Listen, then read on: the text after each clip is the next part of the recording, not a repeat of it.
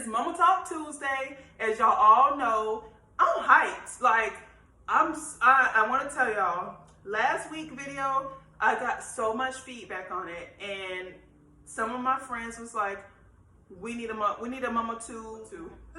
We need Mama T. We need a part 2 of this video. And I'm just gonna jump right on in it. Just gotta throw it in there real quick. I'm gonna jump right in it because, and this might get a little touchy for some. It might get a little touchy because I like to be as honest as possible. And what I am working on is being transparent. So yeah, we just gotta go ahead and do a part 2 video of I done kicked off my shoes. I'm getting comfortable, y'all hear me? Like, I'm not playing no games. 2020, this year is all about being obedient, and I'm telling y'all, like, when you listen to God, when he tells you to do something, when he tells you to keep going, because I was at a point where I was ready to give up on this. Like, I was like, you know what? Ain't nobody listening to my videos. Don't nobody really care what I got to say. But the very few people who have listened, I appreciate them so much because they have given me the motivation to keep going, keep doing what I'm doing, because this is bigger than me. I started this because I feel like moms, sometimes we try to act like we got it all together, especially in my community. We try to make it seem as though we don't need help from nobody else.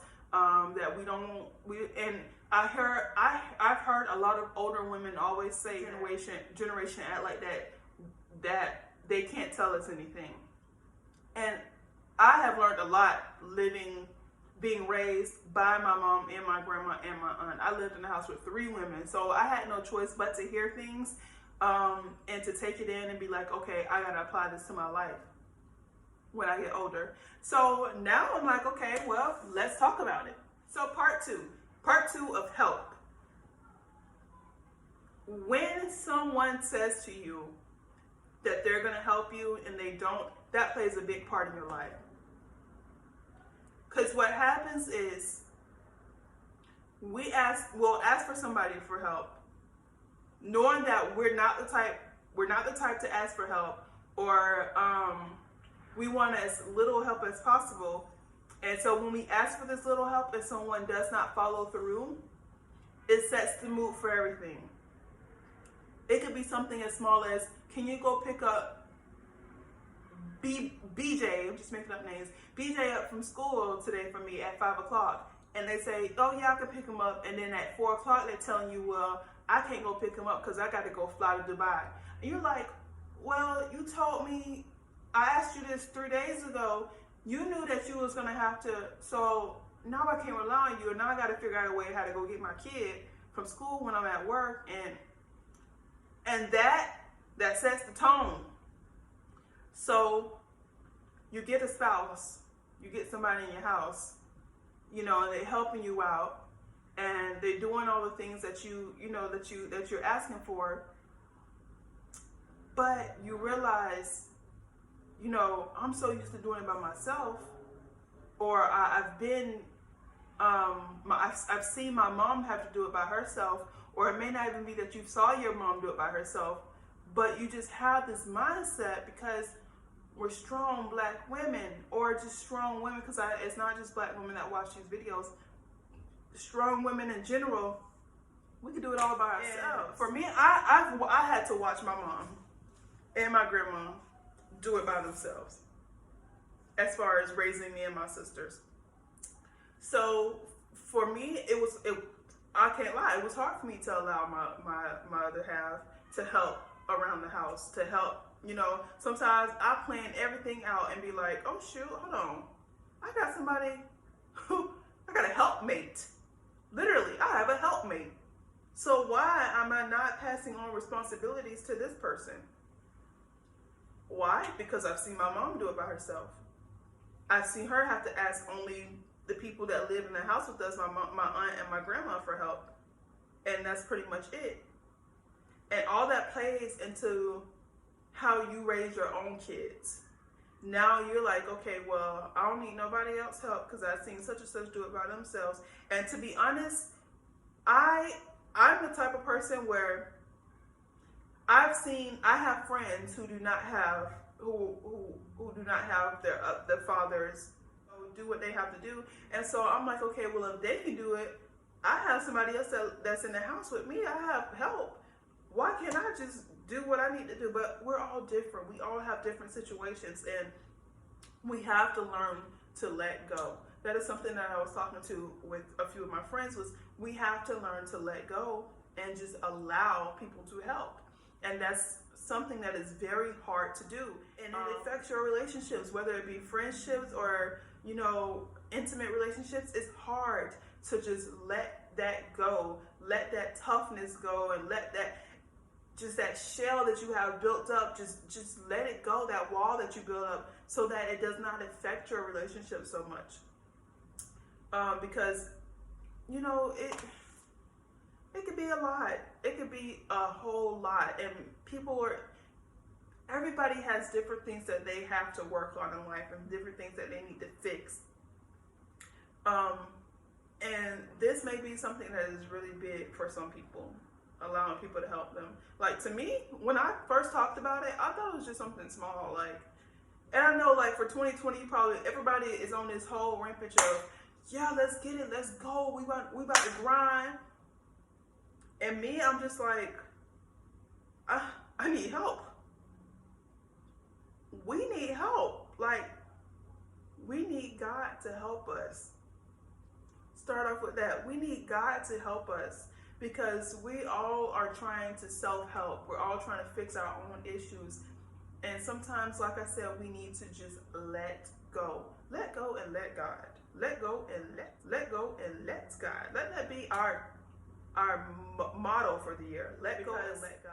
From this comes strength. Because we are strong women. I'm not saying that we're not, but we have weaknesses as well, and we don't talk about that. We want to talk so much about how strong we are, but nobody ever wants to talk about the weaknesses that we carry and how that can affect our children, and that can affect how we parent, and that can affect our relationships that we have. That can affect the jobs that we get or that we take, or the money that we may be afraid to ask for raises, because that's part of not wanting to ask for help. Now, you know, you're working this job twice as hard as somebody else, and you know that you need extra money, and instead of you being able to go and ask for a raise because you know you need it, you feel as though that's asking for help, and that's begging, so you won't do it. You settle. Something so small that you experienced in your life, or that you witnessed that happened in someone else's life, can very well affect how you live your own life. So I'm saying, do not be afraid. I am one that I will help as much as I can, but let me talk about. I will help as much as I can. I can't do it all. I can't. If you call me, most likely I'm gonna answer the phone. We could talk, but I'm out here trying to do the same thing you doing. If every time you get in contact with me, it's always to ask for help and never to ask me how I'm doing, or just to say, hey, guess what happened to me today? You know, positive reports. At some point, I'm gonna get aggravated. I'm just being honest, and it ain't just me. That's just people. At some point, yes, you do have to help yourself.